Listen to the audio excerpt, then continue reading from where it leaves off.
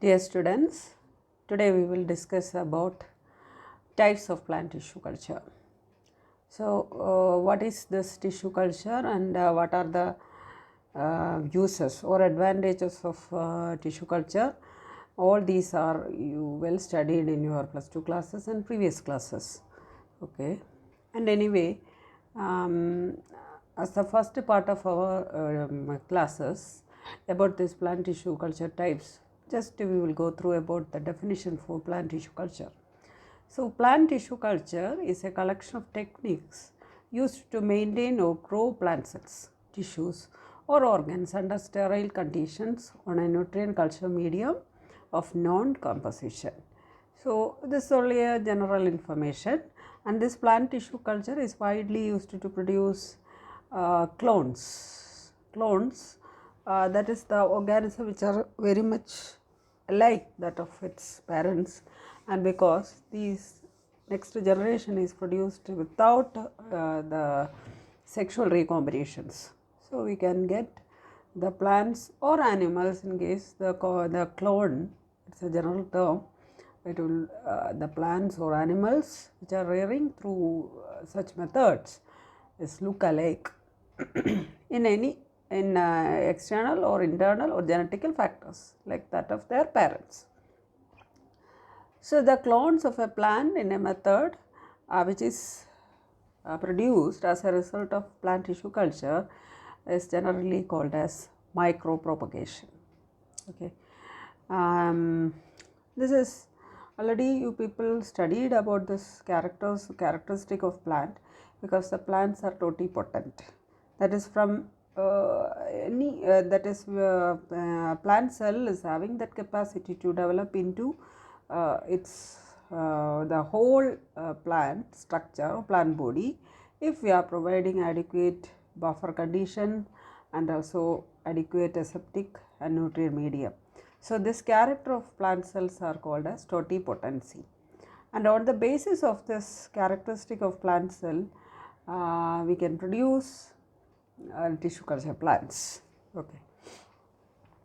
And next we will discuss about the general advantages of this plant tissue culture and the production of exact copies, that is clones of plants that produce particularly good flowers, fruits. Suppose any plant we are growing as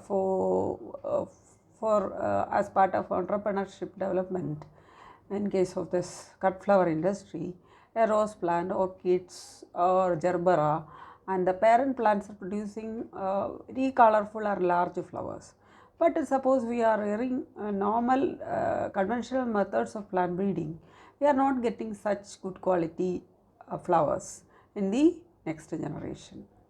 That may be due to some incompatibility or some recombination problems, recessive characters, and we are not getting. So, in such cases, suppose we are utilizing this plant tissue culture, we can produce exact replica or copies of parent plants.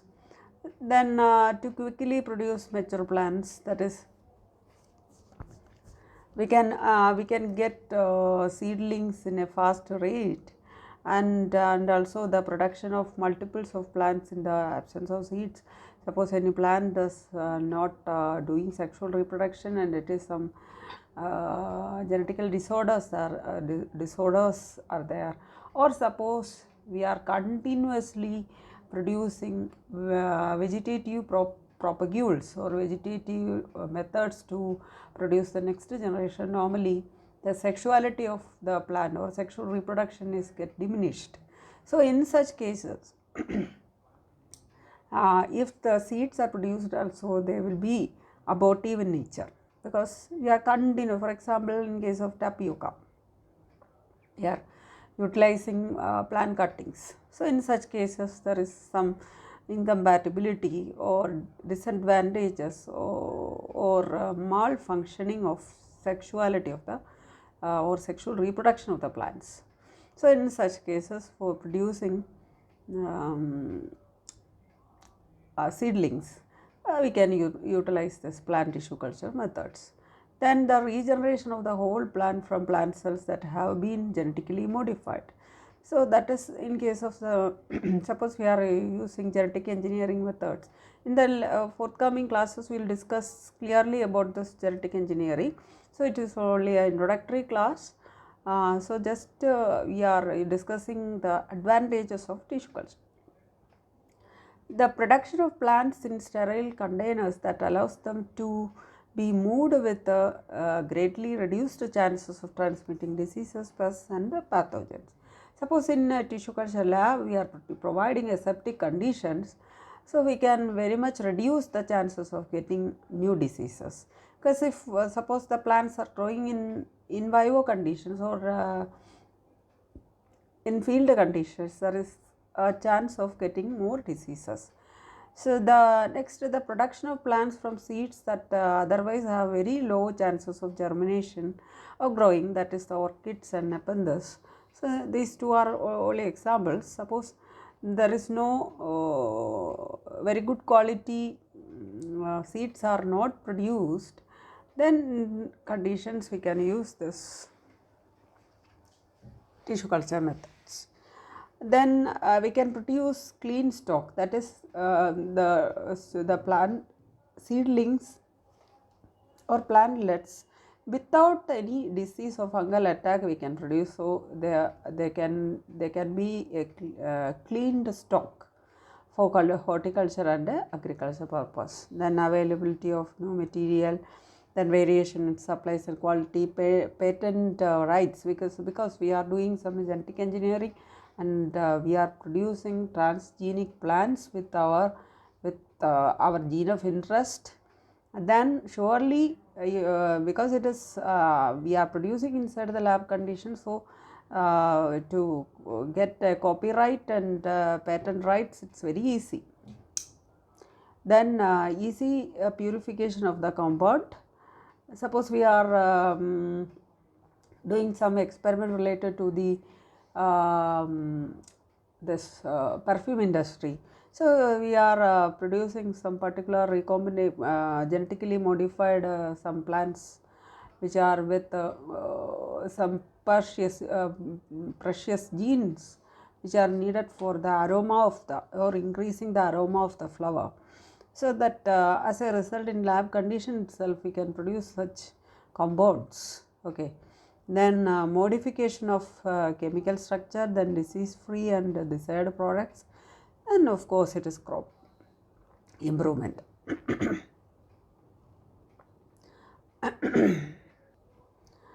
Then one more general term you people studied about this term, that is this explant.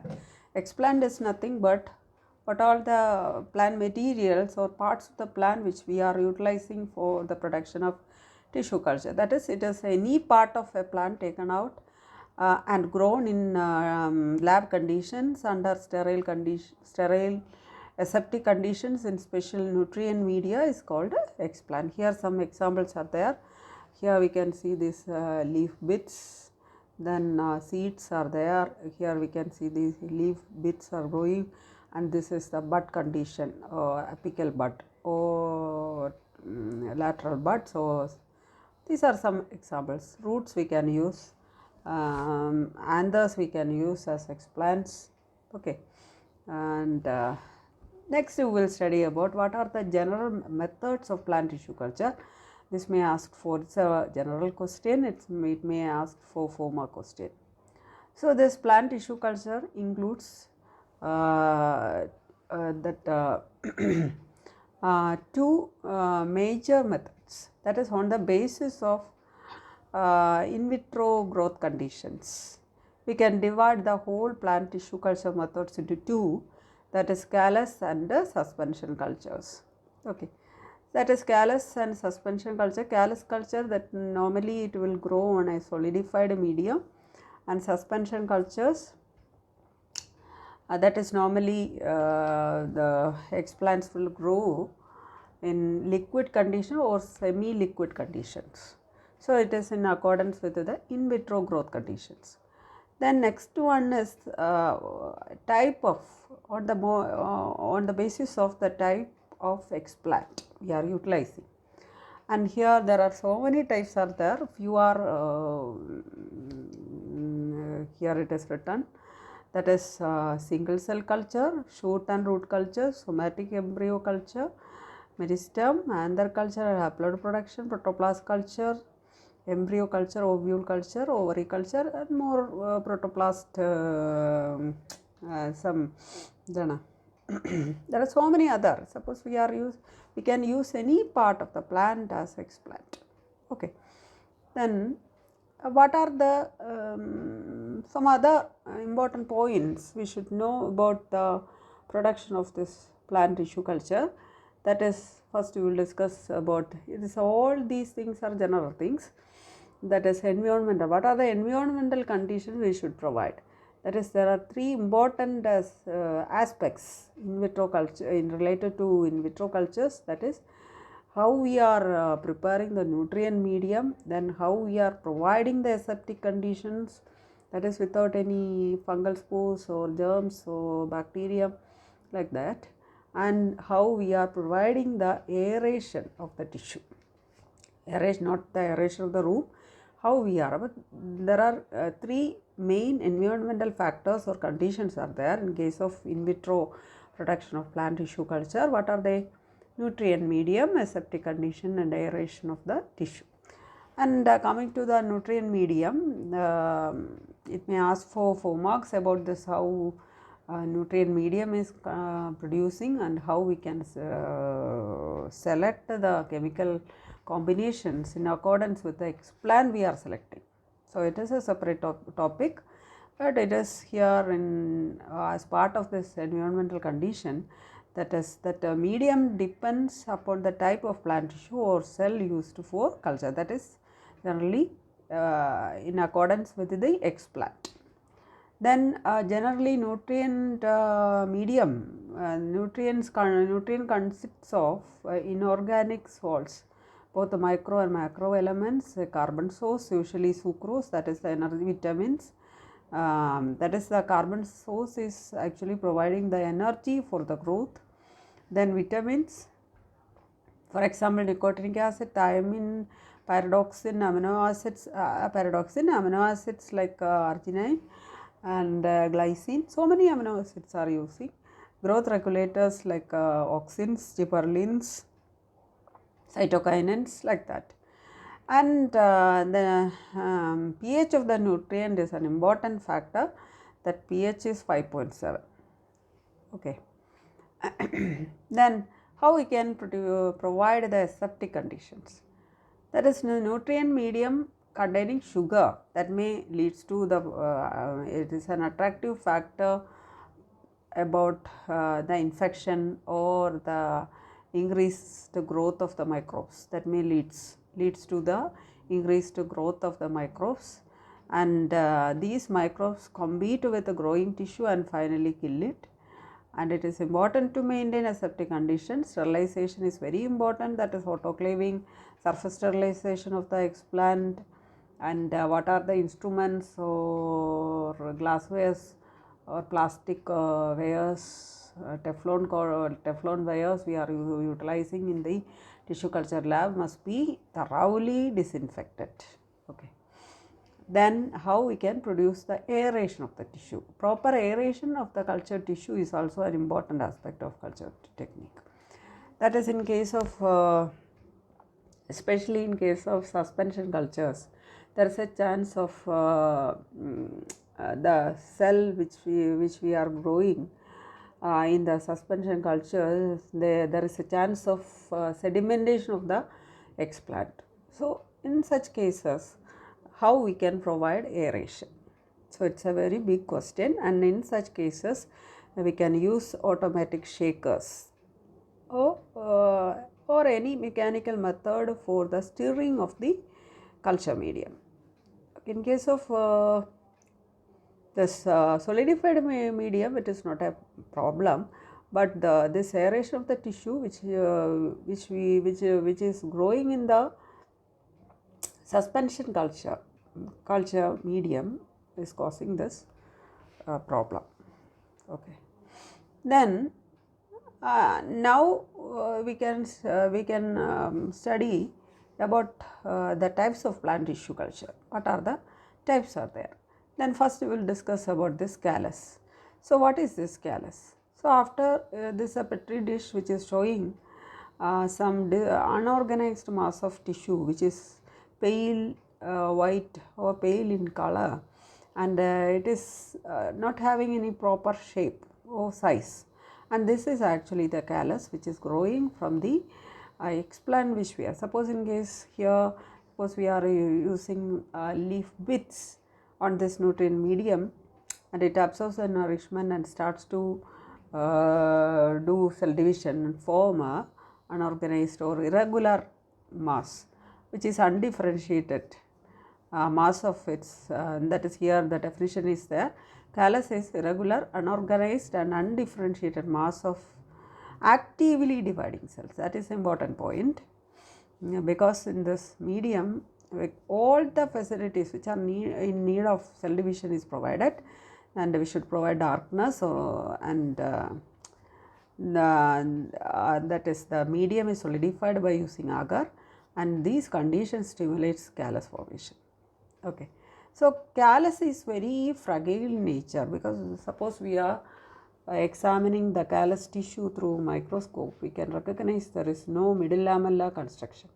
So there is a chance of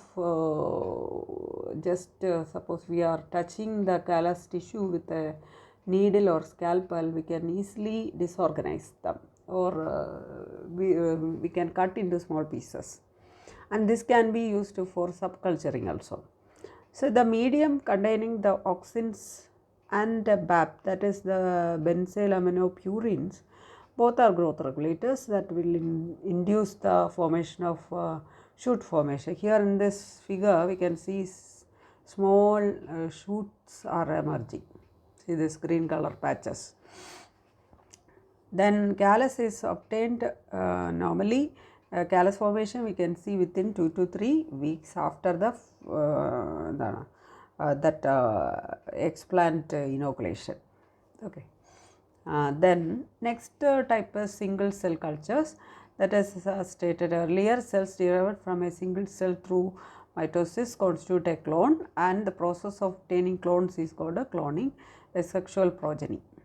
That is, there is no sexual fusion, just directly we are growing diploid cells.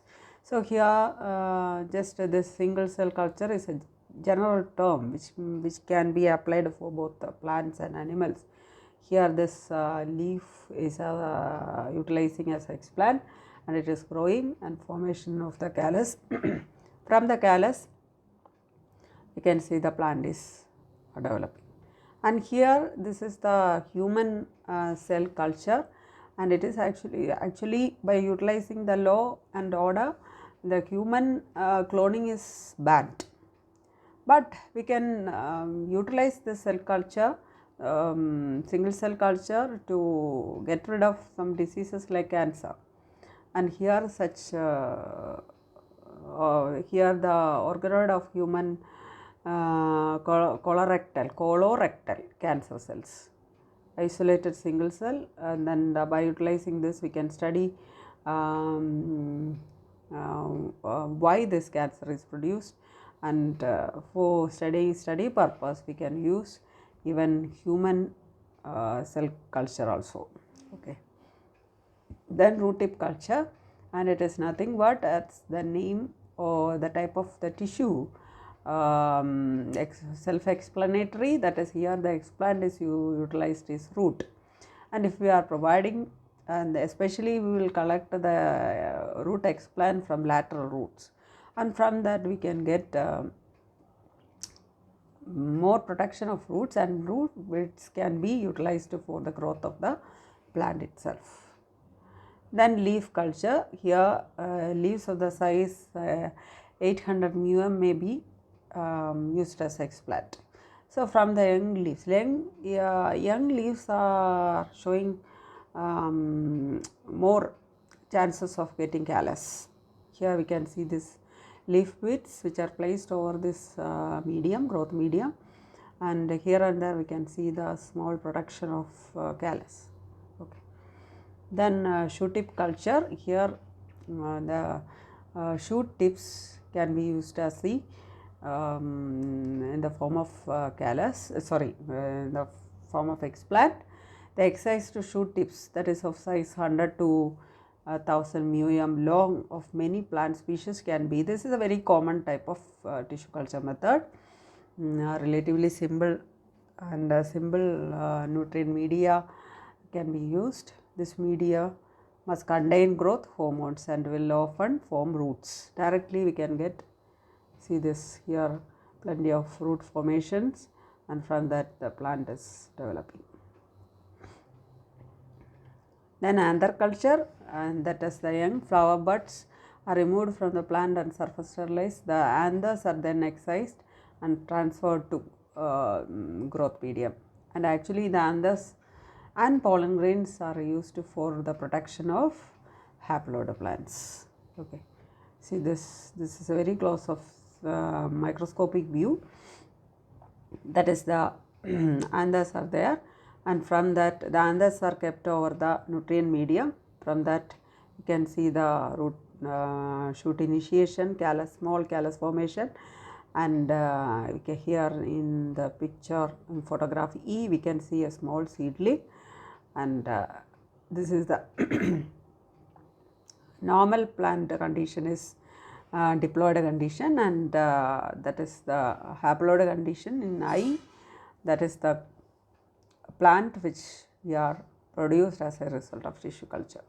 Because there is no sexual, this haploid pollen grains are inside, so normally the plants produced as a result of anther culture is haploid. Okay, this haploid plants can be utilized for any genetical studies. Okay, and pollen culture is also same like that of the anther culture, but there is two chances of plant production. That is one method, from pollen grains we can see callus formation, and from the callus, suppose we are adding shoot generating hormones and root generating hormones, it will form the haploid plants. Then otherwise, suppose we are adjusting the medium chemical combinations, it will develop into embryogenesis, that is it will turn into a globular shape of embryo, then heart shaped embryo, torpedo shaped embryo, then from that we can produce haploid plants. Here hardened haploid plants, that meaning of hardened means that is we are giving practices to face the in vivo conditions, that is outside the lab conditions.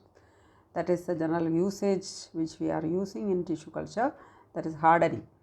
That is we are giving training for the tissue culture plants to face the adverse climatic conditions of the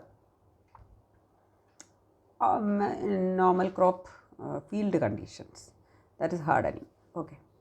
Then seed culture, that is in vitro culture of seeds to produce plantlets. Directly we can place the seeds for the production of seedlings. So in normal conditions the seeds will face some abnormalities for the production of normal plants. So suppose we are giving artificial climatic conditions, so it will leads to plantlets production. So this is normally used to raise sterile plants. Then this is the most important plant tissue culture method, that is protoplast culture, and this protoplast culture can be used in case of genetically engineered or transgenic production of transgenic plants. In case of some animal cells also this method is using, and these protoplasts are nothing but, here you can see this the plant cells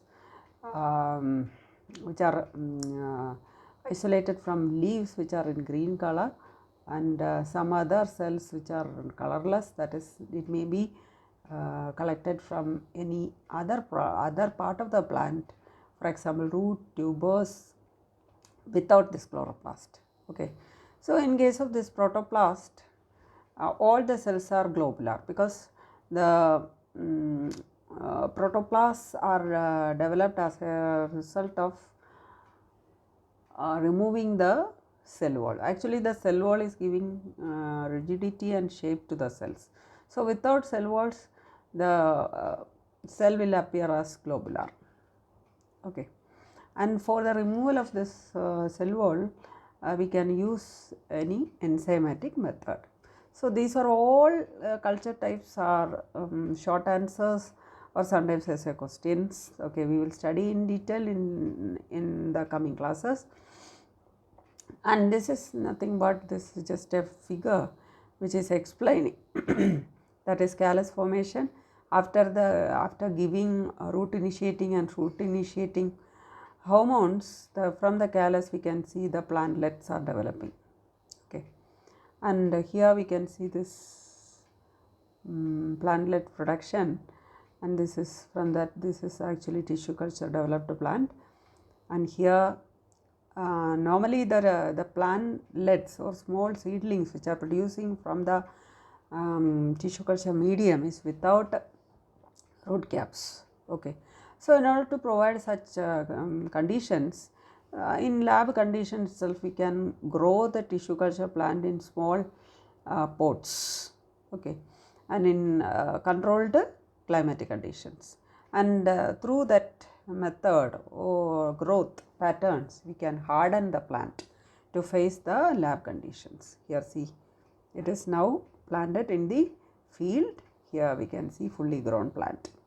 So this is some general conditions or the stages of plant tissue culture. Okay, and this is only a general class. Here we explained about different types of general aspects related to different tissue culture techniques and what are the purpose and what are the advantages and environmental conditions, types of tissue culture and some general aspects. These are the advantages. Okay, and in the next class onwards we will study about one by one what are the protocols related with the different types of tissue culture. Okay.